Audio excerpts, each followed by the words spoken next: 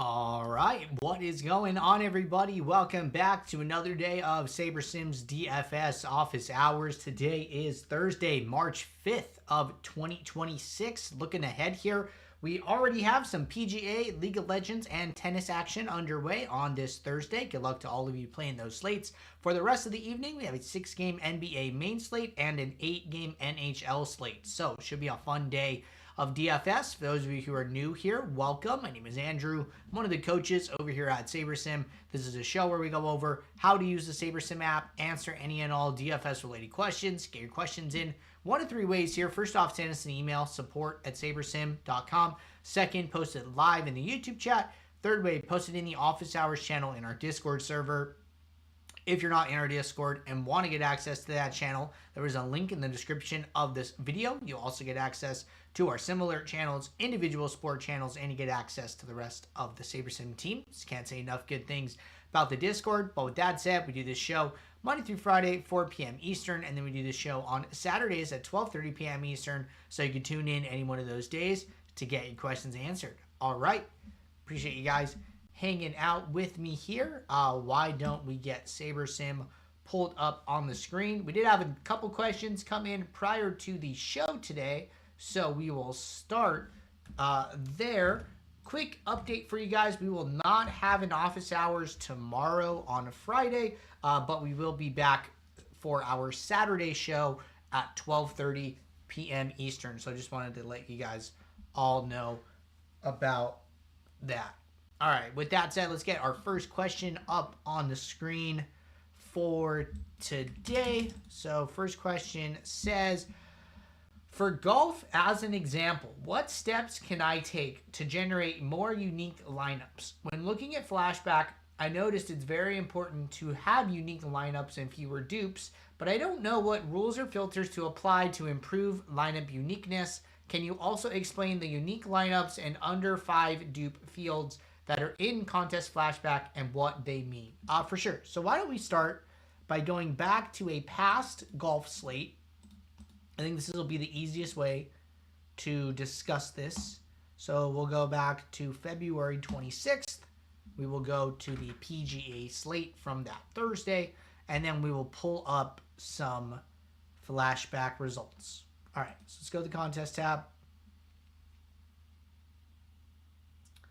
And let's say we're playing the flagship.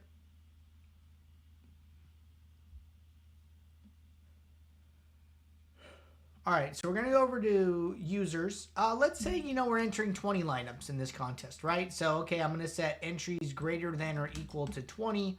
I'm going to sort by sim ROI, and then I'm going to start kind of analyzing this.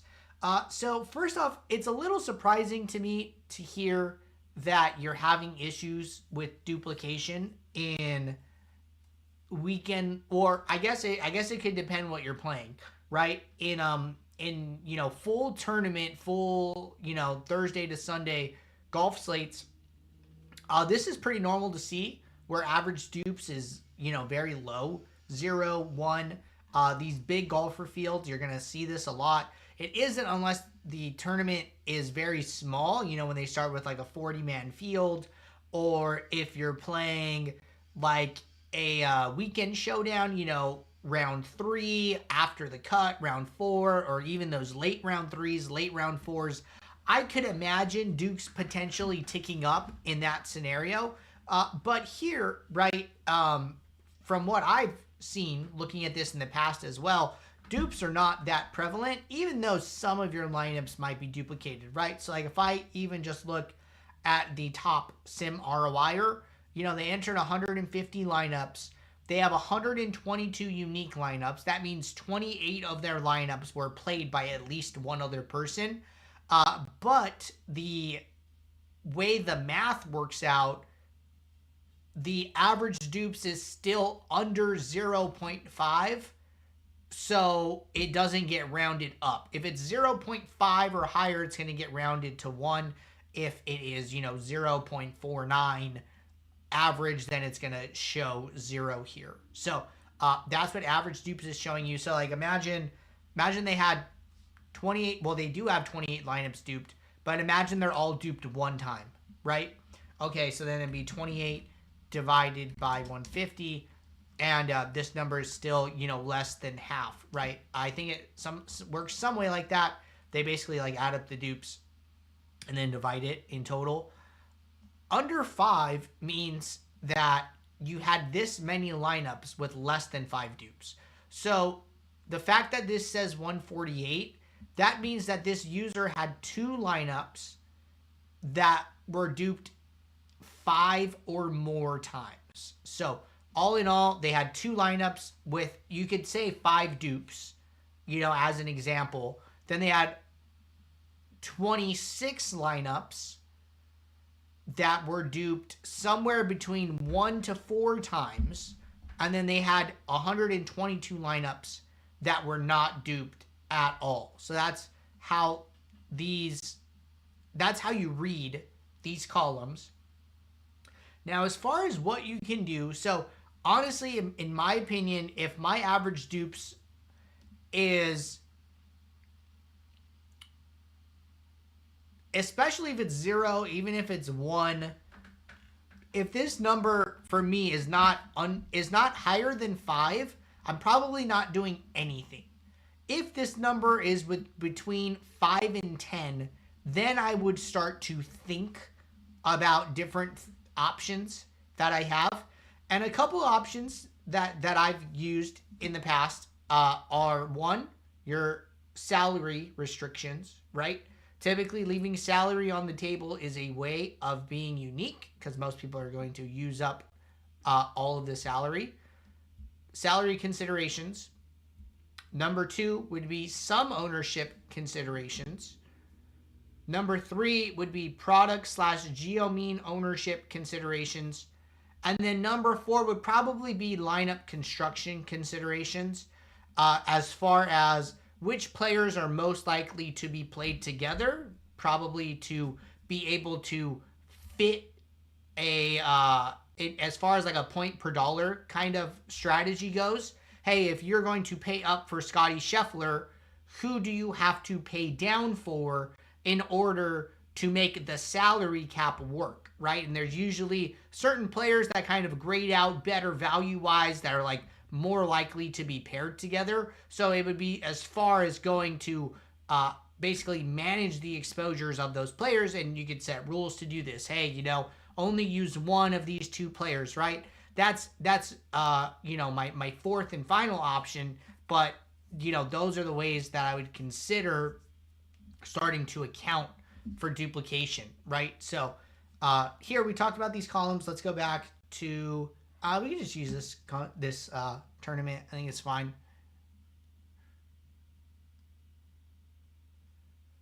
So I'll kind of walk through some of the things that I mentioned here.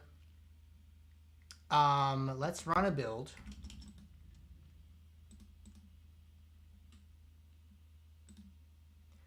Okay, so option 1, one thing that we talked about was in the settings, would be, maybe adjusting the min-max exposure. Hey, I'm willing to play lower salary lineups, and then I definitely don't want to play the max salary. Maybe I just want to cut this super minor and go 49,900, where I'm only going to avoid max salary lineups, right? This is like one of the first things that you can try when you're trying to improve the uniqueness of your lineups. So that is one thing you can try, right? And we're starting with a super minor max adjustment there, but it could go a long way. Okay, so number 2 adjustment would be some ownership. Some ownership is the, I would say, less aggressive form of ownership kind of filtering that I would consider here. So I do want to call this video out in the office hours channel. In the pinned messages, I have a video talking about geometric mean, and you might not be able to see it. I'm just going to open it. So this video breaks down the differences between some ownership, product ownership, and geometric mean ownership, and talks about the ways that you can apply that in the SaberSim app. So I would check out that video, and I'm going to link it here in the YouTube chat. And I believe this question came in Discord, so I'm going to send it to this user from Discord as well. Okay, where is this one? Let's go to the message. Okay, jump. Copy. All right, and I'm gonna make sure this user sees this one. All right, cool. So post that in YouTube, post that in Discord. So that breaks down, you know, 3, right? Sum, and the way I would do it is, you know, I would start with a sum ownership filter, right? Something super simple. Hey, show lineups with ownership less than X, right? And then I'm just gonna make up a number. I don't know. I'm gonna make up maybe 120, right? And I'm gonna call this sum own, so I could use it again in the future. Sum own. And what the way I would use this is I would be trying to filter out somewhere between 10 to 20% of the highest sum owned lineups. So what I want to do is I just want to trim off some of the highest owned lineups. I don't want to consider them because I think that the higher the ownership, the more likely they are to be played by other users. So here I've chopped off 59 lineups from my 500. That's a little over 10%. And that's a perfect start, right? I think as you kind of ease in to using these things, start with some of these less restrictive concepts and then move to more restrictive, right? That's why we start with a small salary adjustment. Okay, then we move to a sum ownership filter, and then we would move to a geo-mean filter, right? And then we would move to rules to group players away from each other. So going from like kind of a small adjustment to more and more aggressive adjustments. So that would be where I would start. Check out that video that I sent you, but I think you're going to want to do something like this, and that would be my starting point.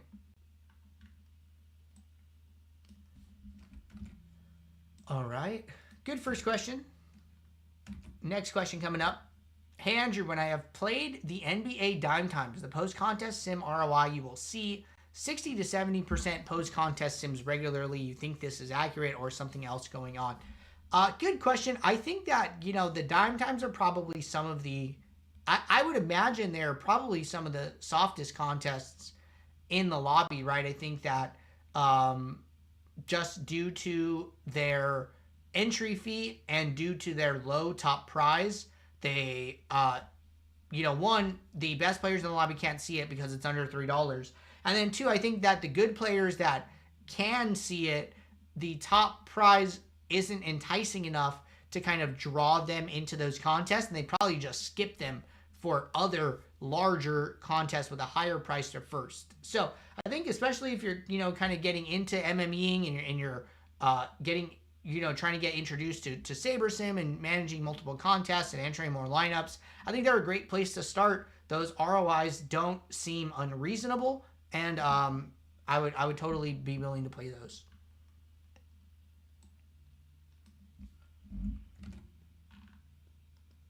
Okay, next question from David.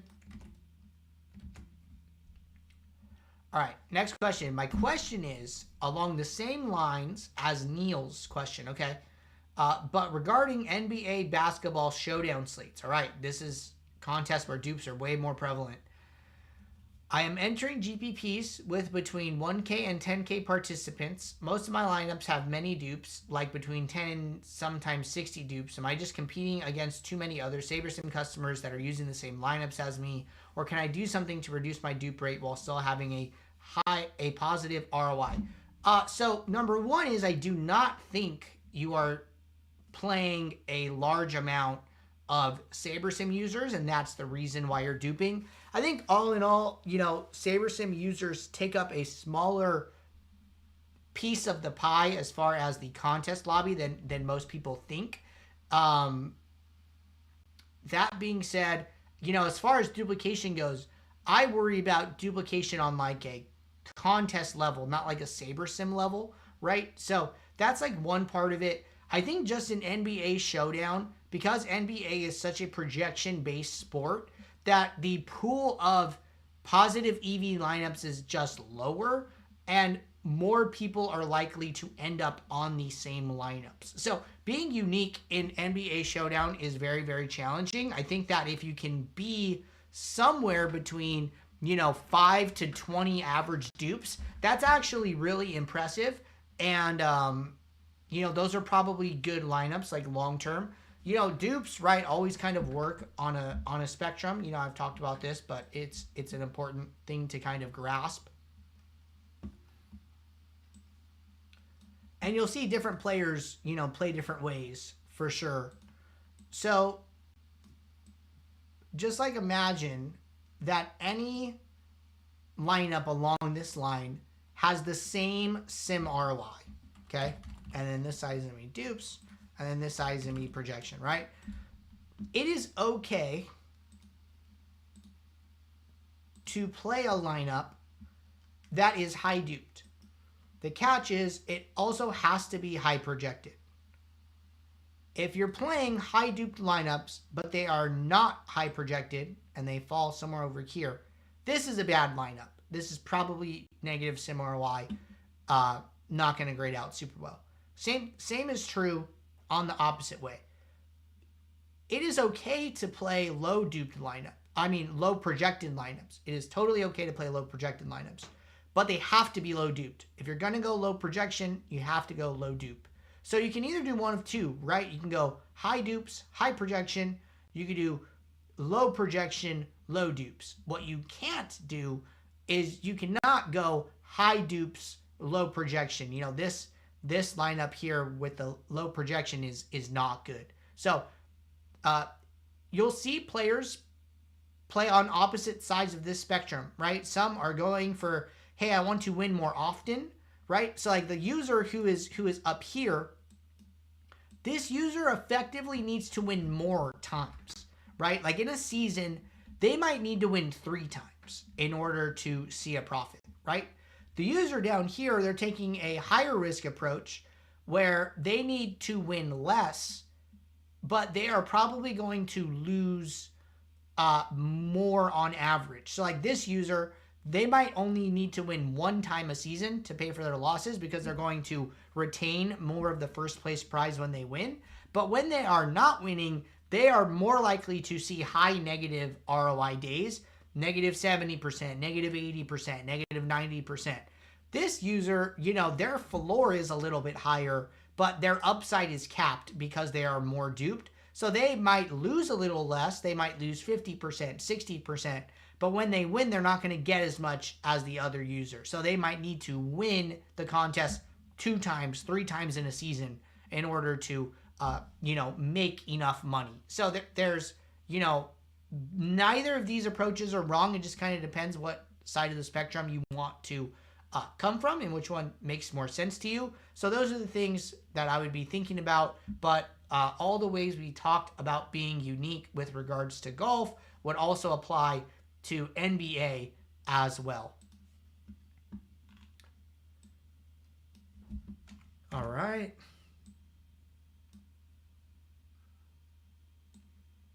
Next question.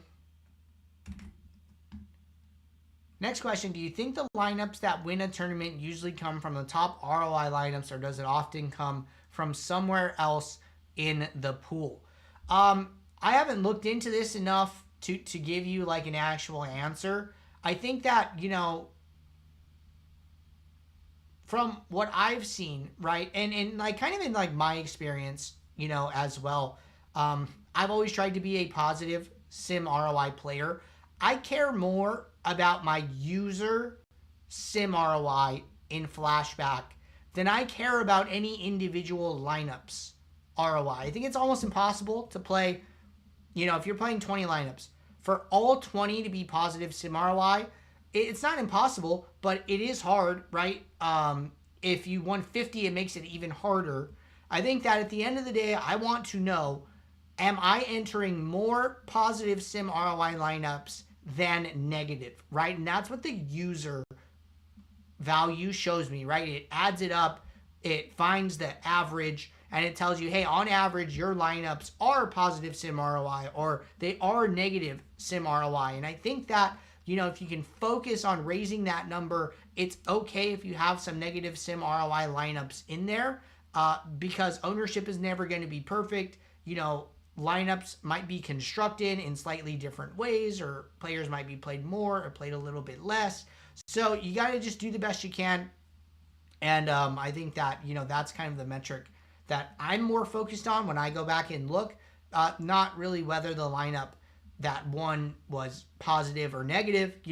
If a negative sim ROI lineup wins, that happens. I want to go and look at that user, right? What did that user do? How was their user sim ROI? What decisions did they make in all of their lineups together across their portfolio? And, which helped them to land on the winning lineup. All right. Jumping over to YouTube chat. Question here.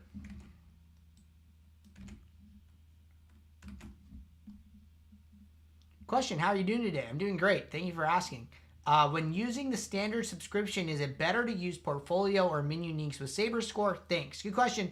I prefer using Portfolio, right? I think Portfolio is the best. So the way I would probably grade these, right? If I had to grade these. Where is this? This will work. Let's go new. Don't save. Text. So I would say Portfolio Plus is the best. And then I would say Portfolio is the second best. And then I would say SaberScore is third best. And then I'd probably like percentiles, personally. And then I would probably go projected score. This would be probably my hierarchy of sorting metrics and how I would use them / grade them. So Portfolio Plus, Portfolio, SaberScore, percentiles, projected score. All three of these are all via Min Uniques, just so we're on the same page. So these three are, via Min Uniques. So that would be what I would roll with. And it looks like I got cut off because the screen wasn't bigger, but I think you guys get the gist there. So that's my thoughts.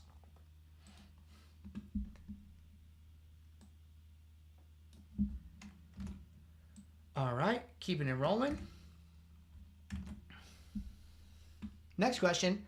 Explain sim diversity again, please. What does lower mean? Good question. So sim diversity, okay, and for golf, there's only sim diversity. There's no correlation. When it is easiest to understand it at the extremes, which are the ends here. So sim diversity 1 would mean for golf, for example, we take one simulation of the entire tournament and we use the results of that one sim to build your lineup. And then when we go to build lineup number 2, we take a new random sim from our database, use the results of that, build lineup 2, etc., etc. At 0, okay, we're going to jump all the way to the other side of the spectrum. At 0, we are using all of these sims in our database. And the scores that we're going to use to evaluate players are the average across all the sims, which is the projection. The projection is an average of how the player performed across all the sims in our database. So, in one individual sim, right, Shane Lowry might score 100 points, but on average, he scores 81, right? So when we're taking one sim, he could score 100, he could score 60, he could score anywhere in between, right? On average, he scores 81. So at 0, we're using the 81 metric. Anything in between, okay? We go from using all of the sims at 0, and we slowly approach using one final sim, one single sim. So at 100, we might use 300 sims. At 2, we might use 250, right? And then we're going to use less and less sims the higher the sim diversity goes. So at 8 sim diversity, we might be using 20 sims or something like that. And then up until we get to 10, where we are only using one single sim. So that's what sim diversity is. All right, next question. With my standard subscription, my pool is set at 1,500, so should I switch it to 1,500 to 500 in my lineup pool? No, you should always build the maximum number of lineups that your plan allows. So there are a lot of different plans over the years, grandfathered plans. We don't sell the 1500 subscription one anymore. It's like an older plan. We have the 500 pool subscription and the 5,000 pool subscription. The reason you always want to build the maximum number of lineups is because when you use sim mode, your lineups are not built in order of strength, okay? All of your lineups are randomly generated, and then they get graded afterwards. So what happens is in the lineup building process, we're randomly sampling the sims, right? The lineups get built based on the results. The lineups go into the pool. It isn't until they are in the pool that we figure out the SaberScore or we figure out the ROI. And then we shuffle them all around to figure out which one is the best, which one is the worst. So in theory, your best lineup could be built last. So that's why you always want to give yourself as many lineups as you can to give yourself the best chances of finding a really strong lineup. The reason I set it to 500 is just for time purposes. I don't want to sit here and wait for 5,000 lineups to build. I'd rather keep the show moving and answering questions, and we can demonstrate everything we need to demonstrate with a 500 lineup pool. So if you can build 1,500, build 1,500, never build less. The only reason I could ever imagine building less is if you're in a time crunch, right? Hey, there are 3 minutes left to lock. I need to run a new build. Maybe I chop my pool down to try and save a little time, right? That's a very extreme example, not something you're going to run into a lot, but that is probably the only reason I would do that. All right. Looking around here in YouTube and Discord, think we are all caught up. Appreciate you guys tuning in. As a reminder, I will not be doing a show tomorrow on Friday. Instead, we will be back on Saturday at 12:30 p.m. Eastern. So until then,